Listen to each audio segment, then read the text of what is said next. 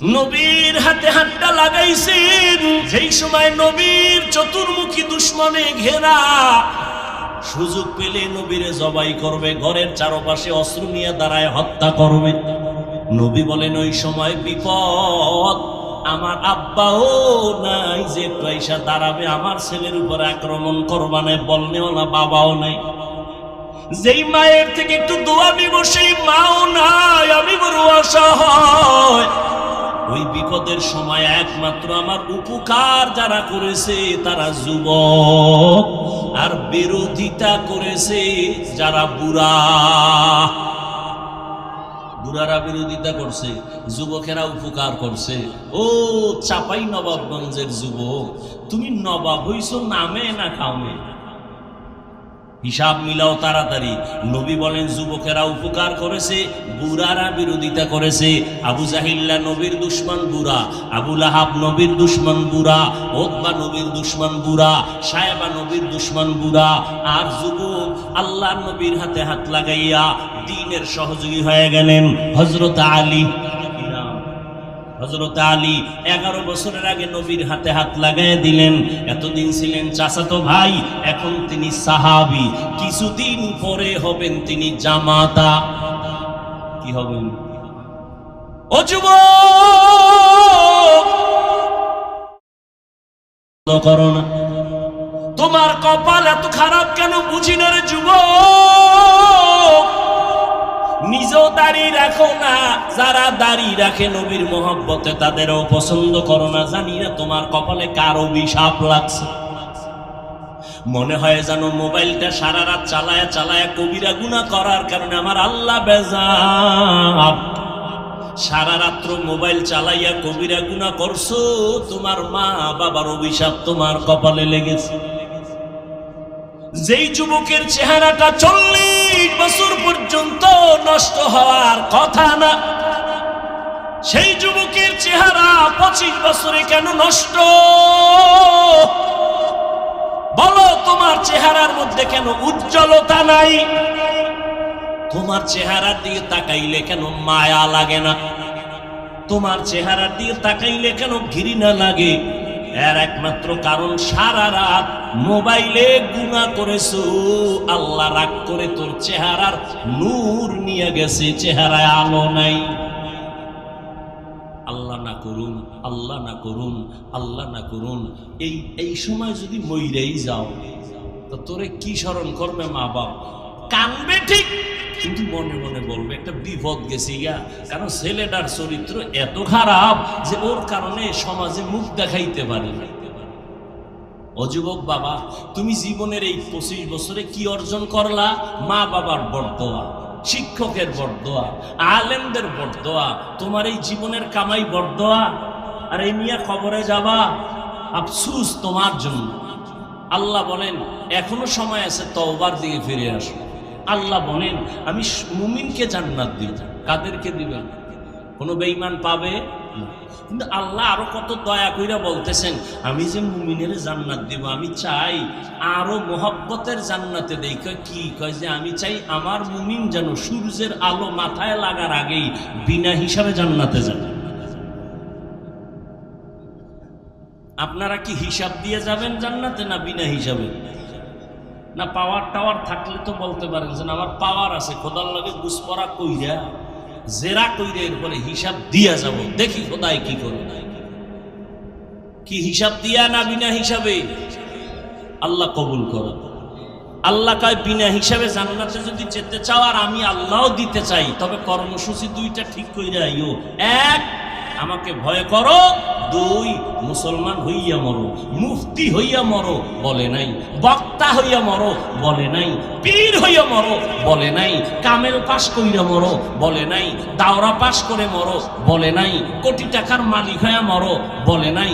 আল্লাহ বলে তুই পীর না মুরিদ, ডাক্তার না রুগী, ইমাম না মুক্তাদি, ধনী না ফকিন্নি জানার দরকার নাই। ফিডা থেকে যদি বাঁচতে চাও, বিনা হিসাবে জান্নাত চাও, মুসলমান হইয়া মর। মুসলমান না হয়ে মরিস না, সাবধান। মুসলমান না হয়ে কেউ মরবা না। এক চোরার ঘরের চোরায় কয় মুসলমানও হব না, মরব না। আল্লাহ কইছে মুসলমান না হইয়া মরবা না। তার মানে কি মুসলমান হওয়ার জন্য সময় আলাদা বান্দা আছে? কয় না, 1 সেকেন্ডের কোনো ভরসা নাই। তাহলে কি অর্থ? মুফাসসিরিন কেরাম বলেন, যেহেতু মৃত্যুর সময় বাধা নাই, 1 সেকেন্ডের ভরসা নাই, অতএব মুসলমান না হইয়া মরিও না কথার ব্যাখ্যা হলো মুসলমান হইতে দেরি করিও না। এখন আপনারা এখানে যারা আছেন সবাই মুসলমান না? কি ভাই মুসলমান? আসসালামু আলাইকুম ওয়া রাহমাতুল্লাহি ওয়া বারাকাতুহু। হ্যালো ভিউয়ার্স, সবাই কেমন আছো? আশা করছি সবাই ভালো আছো। তো আমরা আজকে একটি গুরুত্বপূর্ণ একটি ভিডিও নিয়ে হাজির হয়েছি, যেটি হচ্ছে আমরা মুসলিম জাতি, আমরা নবীজি সাল্লাল্লাহু আলাইহি সাল্লামের গুনাহগার উম্মত হিসাবে আমাদের হচ্ছে এগুলো জানা অত্যন্ত খুব গুরুত্বপূর্ণ এগুলো আমাদেরকে জানা এবং মনে রাখা আমাদের জন্য অত্যন্ত একটি ইম্পর্টেন্ট, গুরুত্বপূর্ণ। তো আজকে আমরা দেখবো, আজকে ভিডিও হচ্ছে মূল কারণ হচ্ছে, ঘটনা হচ্ছে যে আমরা নবী করিম সাল্লাল্লাহু আলাইহি সাল্লামের যতজন বিবি ছিলেন, যতজন স্ত্রী ছিলেন, তাদের সম্পর্কে আজকে আমরা একটু জানবো, একটু দেখবো। নবী করিম সাল্লাল্লাহু আলাইহি সাল্লামের স্ত্রী কতজন ছিলেন আমরা এখান থেকে আজকে দেখে নিব। 1 জন, 2 জন, 3 জন, 4 জন, 5 জন, 6 জন, 7 জন, 8 জন, 9 জন, 10 জন, 11 জন। দেখেন, যাজাতুর রাসূলুল্লাহ সাল্লাল্লাহু আলাইহি সাল্লাম হিন্না, নবী করিম সাল্লাল্লাহু আলাইহি সাল্লামের স্ত্রীগণ তারা মোট কতজন ছিলেন? আমরা এখানে একটা গোনা দিয়েছি, আমরা দেখছি এখানে মোট 11 জন। নবী করিম সাল্লাল্লাহু আলাইহি সাল্লাম মোট বিবি ছিলেন 11 জন। তো আমরা আজকে দেখবো, আমরা এক একজন নামটি পড়বো, একজন পরিচয় জানবো কে কে নবী করিম সাল্লাল্লাহু আলাইহি সাল্লামের স্ত্রী ছিলেন। তো আমরা দেখি, প্রথম হচ্ছেন আস-সাইয়্যিদাতু খাদিজাতা বিনতে খাওয়ালিদ। খাদিজাতা বিনতে খাওয়ালিদ প্রথম স্ত্রী হচ্ছেন নবী করিম সাল্লাল্লাহু আলাইহি সাল্লামের খাদিজা রাদিয়াল্লাহু তাআলা আনহা, মা খাদিজা রাদিয়াল্লাহু তাআলা আনহা। প্রথম স্ত্রী হচ্ছেন কি? খাদিজা রাদিয়াল্লাহু তাআলা আনহা। দ্বিতীয় হচ্ছেন সাইয়্যিদাতু সাউদাতা বিনতে জামাআহ জামাআতা। সাউদাতা বিনতে জামাআতা, সাউদা রাদিয়াল্লাহু তাআলা আনহা ছিলেন। তৃতীয় জন হচ্ছেন আস-সাইয়্যিদাতু আয়েশাতা বিনতে আবি বকর সিদ্দিক রাদিয়াল্লাহু তাআলা। অর্থাৎ এটা আমরা সবাই জানি, আয়েশা সিদ্দিক রাদিয়াল্লাহু তাআলা আনহা মেয়ে ছিলেন, বিনতুল কন্যা, হ্যাঁ, বিনতুল কন্যা ছিলেন। তারপর হচ্ছে সাইয়্যিদাতু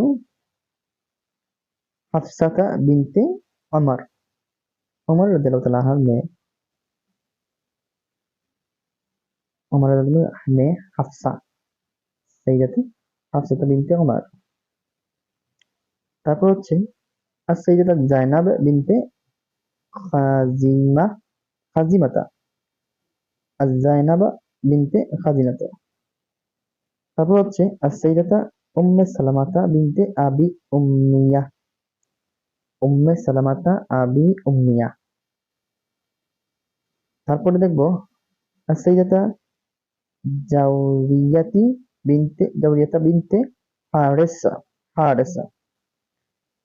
তারপর হচ্ছে আর-সাইয়্যিদাতা জায়নাবি বিনতে জাহাশ। তারপর হচ্ছে আর-সাইয়্যিদাতু উম্মে হাবিবাতা বিনতে আবি সুফিয়ান, আবু সুফিয়ানের মেয়ে। তারপর হচ্ছে মাইমুনা, আর-সাইয়্যিদাতা মাইমুনাতা বিনতে হারেসা, মানে হারেস রাদিয়াল্লাহু তাআলা আনহার মেয়ে, মেয়ে মাইমুনা। তো এই ছিল আজকে রাসূল সাল্লাল্লাহু আলাইহি ওয়াসাল্লামের। আরেকজন রয়েছেন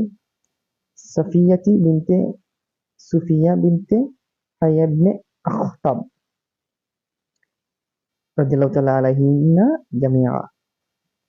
নবী সাল্লাল্লাহু আলাইহি ওয়াসাল্লামের স্ত্রীগণ ছিলেন মোট 11 জন। ইনশাআল্লাহ তুমি এটা দেখিয়ে দিলাম, আপনারা এগুলো মুখস্থ করে নেবেন, এগুলো ভালোভাবে মুখস্থ করবেন। আমরা আরো পাঠদান দেখবো। আপনাদের কাছে আবার রিপ্লাই আমি আপনাদের দেখাচ্ছি, ইনশাল্লাহ আপনারা দেখে নেবেন।